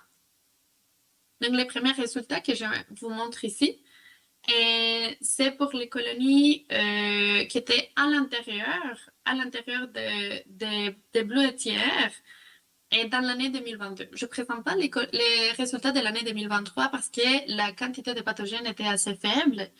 Donc, on n'a pas réussi à avoir des résultats par rapport à l'année 2023. Mais ce qu'on peut observer, c'est la variation de la quantité de Critidia au début de la pollinisation et après de la pollinisation. Donc, la bonne nouvelle, c'est que la charge de cet agent pathogène diminue au fil du temps, ce qui suggère que les bourdons peuvent éliminer cet agent au cours d'une courte période. Malgré ça, la problématique, c'est que les colonies de bourdons peuvent arriver déjà contaminées par des agents pathogènes.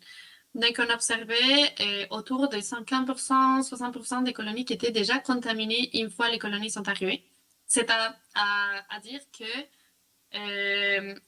c'est important de clarifier qu'on a eu beaucoup de variations d'une année à l'autre.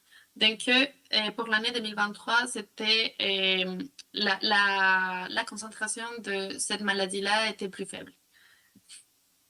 Un autre résultat important, une observation qu'on a fait, c'est la présence de colonies en dessous les colonies commerciales. Donc, cette observation, on l'a fait dans l'année 2022 et dans l'année 2023. Et dans l'année 2023, en théorie, les colonies avaient déjà un garde-reine pour éviter la sortie des nouvelles reines. Donc, on s'est posé la question de si les gardes-reines sont réellement efficaces pour éviter la sortie des nouvelles reines. Donc, ça peut entraîner certains risques écologiques comme la transmission des maladies, l'introduction de gènes des populations commerciales vers les sauvages. Et finalement, comme conclusion pour les volets 1 de la qualité de la pollinisation, je pense que tout le monde le sait, le bleuet c'est un agroécosystème qui est très complexe. Et la seule densité de colonies par hectare ne suffit pas à expliquer la pollinisation. Donc, il y a d'autres variables qui sont importantes à tenir en compte. C'est la force des colonies, les paysages et la densité des colonies voisines qui devraient être intégrées dans les études. Donc, dans notre groupe de recherche, récemment, Mireille a publié un article par rapport qui parle un peu de ça. Et dans cet article-là, on voit que les rendements mieux expliqués quand on prend en compte la force de la colonie que quand on prend en compte juste la densité comme variable. Et deuxièmement, on voit que les densités élevées des Apis mellifera peuvent ne pas augmenter la densité des Apis mellifera observées dans le champ, peuvent causer également la compétition pour les ressources et peut-être que augmenter le nombre de colonies sans tenir compte de la disponibilité des ressources et du contexte du paysage est peu susceptible d'améliorer les rendements. Et on pense également que la production de bleuets a besoin de coordination régionale. Donc peut-être que on a observé que l'activité d'abeilles domestiques dans le champ dépend davantage de la densité des colonies à l'échelle du paysage. Donc, il y a peut-être une nécessité d'une coordination régionale entre producteurs et apiculteurs avec l'objectif d'éviter la dilution ou la redistribution des services de pollinisation entre champs voisins. Et par rapport au volet 2 des santé des bourdons, on a observé que les colonies commerciales ont réussi à éliminer Critidia au fil du temps, mais elles arrivent déjà contaminées, ce qui peut causer des problèmes. Et malgré les dispositifs empêchant la sortie des nouvelles reines, et des nouvelles colonies se sont formées sous les ruches et on a observé également des abeilles d'autres espèces à l'intérieur. Et finalement, je n'ai pas eu le temps de présenter cette partie-là, mais la pollinisation de bleuets n'a pas entraîné des risques liés aux pesticides pour les bourdons. Il n'a pas eu un effet négatif sur la performance des colonies non plus.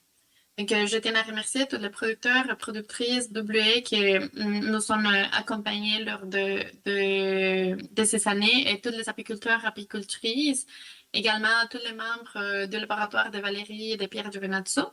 Et un grand merci à tous les partenaires et collaborateurs, et les syndicats des producteurs et tous les membres du CRESAT, apiculteurs et apicultrices du Québec et toutes les personnes qui ont nous aidés des proches et des loin et pour ces projets. Et merci à vous de votre écoute. Vous êtes nombreux, c'est quand même impressionnant la participation qu'il y a aujourd'hui. J'étais curieuse, par applaudissement, les producteurs dans la salle, pouvez-vous vous manifester?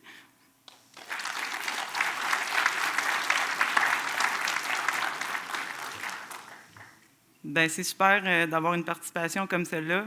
Puis au nom de tous les intervenants puis tous les conférenciers aujourd'hui, je vous remercie. Les producteurs de bleuets sauvages se donnent les moyens collectivement de faire de la recherche, d'investir dans la recherche, que ce soit agronomique ou économique. Puis c'est grâce à ça qu'on a la chance d'avoir une journée comme aujourd'hui. Pour ceux qui étaient là l'année dernière et qui ont un peu de mémoire, vous vous souviendrez d'avoir assisté à la présentation de la planification stratégique de la filière québécoise des bleuets sauvages par Catherine Brodeur, du groupe AGECO. Le lendemain de cette présentation avait lieu la toute première rencontre de la table filière du bleuet sauvage. Ça réunit des représentants de tous les maillons de l'industrie. Donc, la table a maintenant aujourd'hui 1 an. Gilbert Lavoie et Audrey Simard, associés à la firme Papille, sont avec nous aujourd'hui pour nous dresser le bilan de cette première année. Merci. Bonjour, Audrey, puis sa collègue Emmanuelle, qui est, je ne sais pas si tu peux te lever, Emmanuelle, là, qui collabore. Elle est là. Merci. Et dans le fond, la filière nous a approchés là, pour le groupe Forêt-Lavoie pour coordonner ça. Puis, étant donné qu'il y avait quand même un volet beaucoup, vous avez vu, avec les activités de promotion puis tout ça, on a approché aussi la firme Papille. Fait qu'on travaille ça en équipe pour s'assurer qu'on couvre bien l'ensemble de vos différentes dimensions de votre plan stratégique.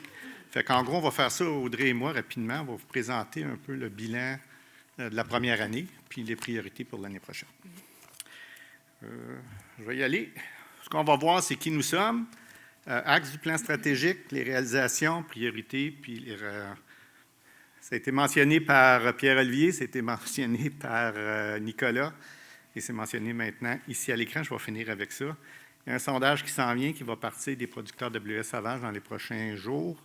C'est important d'y répondre. Ça va nous aider comme filière à se donner une stratégie là, la plus optimale possible pour la gestion de la mouche. Sans plus, qu'est-ce qu'une table filière? Je vais me retourner devant Audrey. C'est quoi? Puis qu'est-ce que ça mange en hiver? Oui, c'est ça. Donc, table filière, plan stratégique, axe de développement. Là, je comprends que pour vous, Gilbert puis moi, on s'appelle à tous les jours pour se dire ces mots-là. C'est peut-être pas le cas de vous, de votre quotidien, mais pour faire simple, quand on parle d'une table filière, dans le fond, c'est l'ensemble de l'industrie du bleuet sauvage qui se rassemble 2 fois par année. Peut-être que même si on va...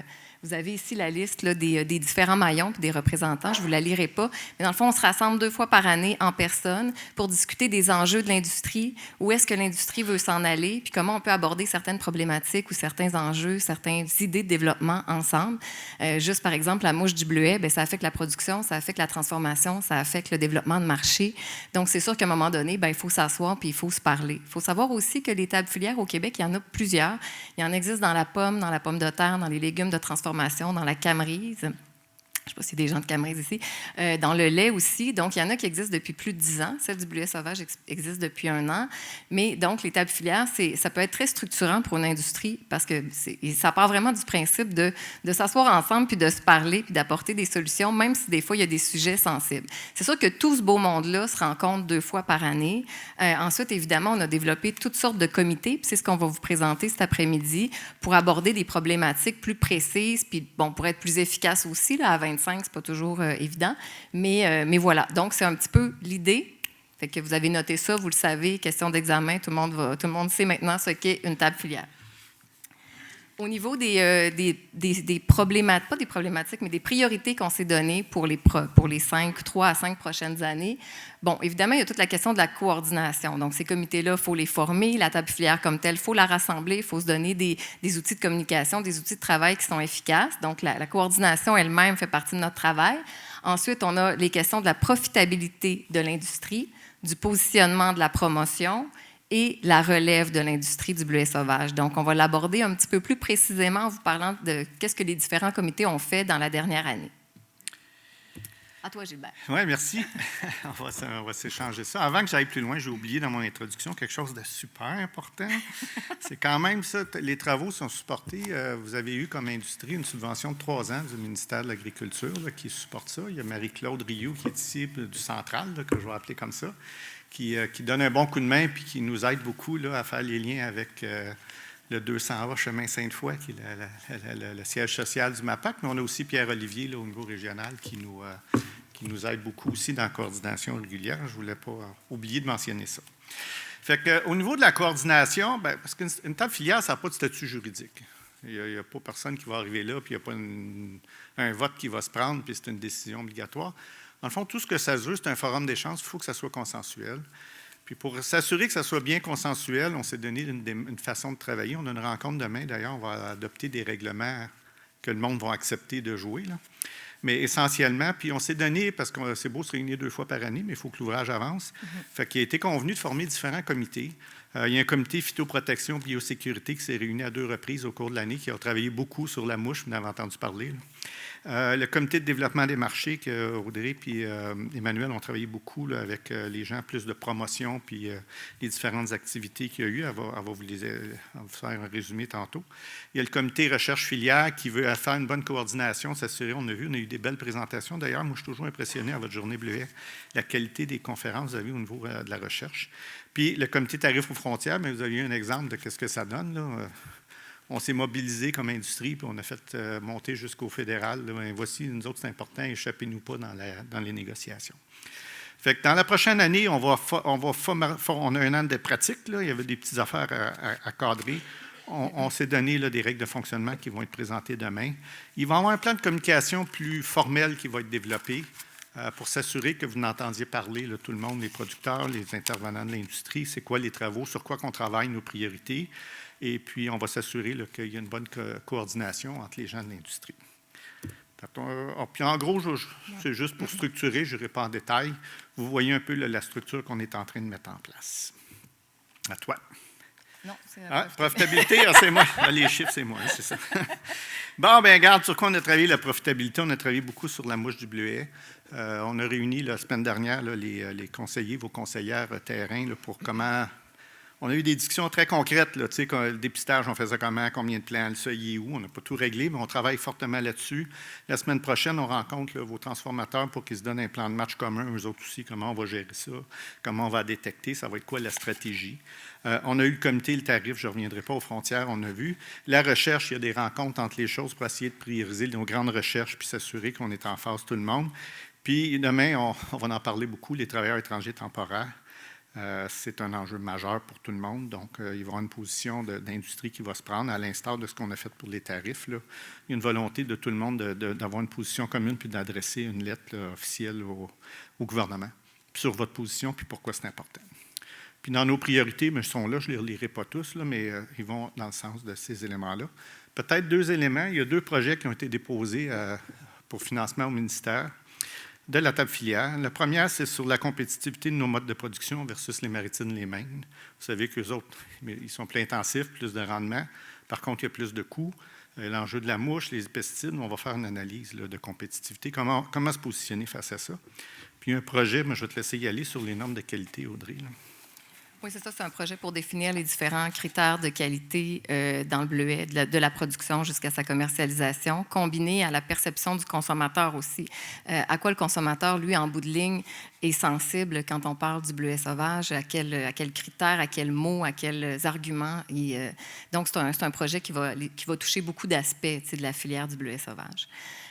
On a développé un comité de développement de marché. On sait que oui, le bleuet sauvage est exporté à 85 %, on l'a bien entendu tout à l'heure, puis c'est la Wabana qui s'occupe de la promotion nationale et internationale. On a quand même développé un comité de développement de marché pour deux choses. Bien, déjà pour se réseauter avec la Wabana, puis voir comment nous, comme Québec, comme entreprise québécoise, on peut accompagner ou contribuer avec la Wabana à la promotion, mais aussi pour regarder le développement, le marché domestique aussi, parce qu'on ne le regarde pas beaucoup, parce qu'il y a quand même des parts de marché à y gagner. Puis comment on peut faire pour mieux travailler aussi dans notre propre marché. Puis ça a de l'impact sur le consommateur, mais ça a de l'impact aussi même politiquement parlant. Quand on parle d'augmenter les tarifs, bien, quand on a des consommateurs qui sont partie prenante de notre industrie au Québec puis qui défendent nos intérêts aussi auprès de l'État, mais ça a de l'impact même finalement sur nos marchés internationaux.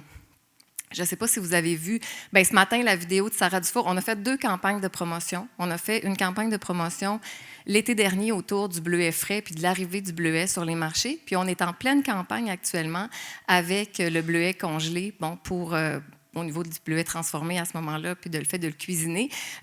Ce midi, il y avait une vidéo qui circulait dans la salle qui fait un peu un résumé là, de ce qui se passe en ce moment au niveau de la campagne. On va le passer aussi à la pause, peut-être, si vous voulez. Puis Sarah Dufour, ce matin, qui a dit un mot de bienvenue, qui est notre ambassadrice maintenant, ça découle tout à fait là, de ça, là, dans le fond, de ce comité-là. Puis ce qu'on a fait aussi, on est allé chercher des données Nielsen, pour comprendre un peu le marché québécois au niveau du bleuet sauvage, comment on se positionne. Si on veut prendre des parts de marché, bien, faut être capable de chiffrer.